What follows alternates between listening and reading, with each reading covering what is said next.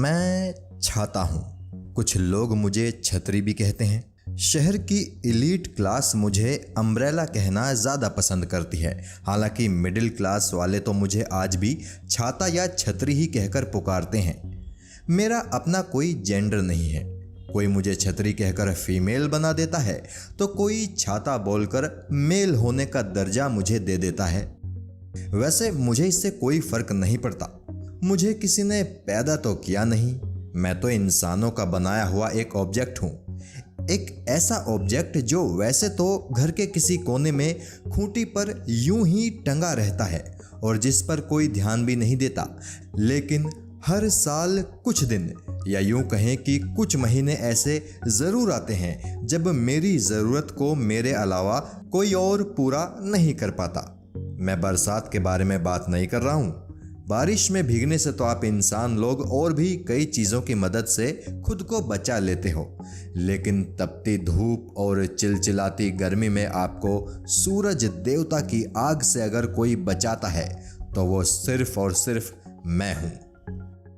अब कुछ लोग कहेंगे कि भाई इसमें कौन सी बड़ी बात है, सिर पर एक बड़ी सी टोपी पहनकर भी तो सूरज की झुलसा देने वाली किरणों से बचा जा सकता है। तो भैया टोपी सिर्फ आपके सिर को ही धूप से बचा सकती है, लेकिन मैं तो आपके चेहरे, आपके हाथ और आपके आधे शरीर को धूप से बचाता हूँ। तो हूं ना मैं काम की चीज़। वैसे क्या आपको पता है कि मैं कब से इंसानों को धूप और बारिश से बचाता आ रहा हूँ? नहीं पता? कोई बात नहीं, मुझे भी पूरी तरह से नहीं पता है, लेकिन मैंने कहीं पढ़ा था कि मेरा आविष्कार लगभग 4000 साल पहले किया गया था। 4000 साल पहले मेरे मौजूद होने के कुछ प्रमाण चीन में मिले हैं और कुछ एंसेंट इजिप्ट और ग्रीक सिविलाइजेशन में भी मिले हैं। 4000 साल पहले के लोगों को मेरी ज़रूरत धूप से बचने के लिए पड़ी थी। हालांकि एक वक्त ऐसा भी आया था जब यूरोप के एक बहुत बड़े हिस्से में मुझे केवल और केवल महिलाओं के काम की चीज़ ही माना गया था। अगर कोई पुरुष मुझे लेकर गलती से सड़क पर निकल पड़ता था तो लोग उसका खूब मजाक उड़ाते थे। बताइए, ये भी कोई बात हुई? क्या मैं आदमियों के किसी काम का नहीं हूँ?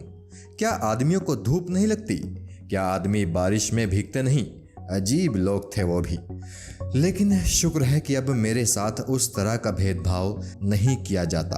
अब तो चाहे आदमी हो या औरत, बच्चा हो, बूढ़ा हो या कोई जवान हो, काला हो या गोरा हो, हिंदू हो या मुसलमान हो या किसी भी मजहब का इंसान हो, लोग आपस में तो भेदभाव करते हैं, लेकिन मेरे साथ कोई भेदभाव नहीं करता। मैं सबके काम की चीज़ हूँ।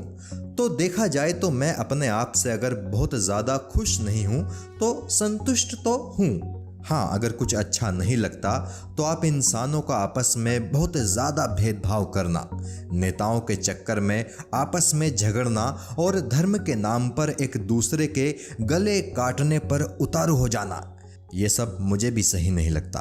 पर क्या करूं, आप इंसानों ने मेरी जुबान तो बनाई ही नहीं। अगर बनाई होती तो बहुत पहले ही आपसे अपने मन की ये बातें कह चुका होता। वो तो शुक्र है कि YouTube का दौर है और माई इमेजिनेशन वाले भाई साहब ने अपनी कल्पनाओं के जरिए मेरे किरदार को गढ़ा और मेरे एहसासों को भी गुथा। तो मैं अब कह रहा हूँ, इन नेताओं के चक्कर में मत पड़ो यार। मजहब को गहराई से समझो। मजहब या धर्म एक महासागर है जिसकी गहराई का अंदाज़ा लगा पाना नामुमकिन है। आप बस इन गहराइयों में उतरते चले जाओ, आपको मालूम होता चला जाएगा कि इस महासागर की ऊपरी सतह पर तमाम झूठ और पाखंड बिखरे पड़े हैं। मैं, जिसे आप छतरी कह लीजिए या फिर छाता कह लीजिए, आप लोगों से बस इतना ही कहना चाहता था।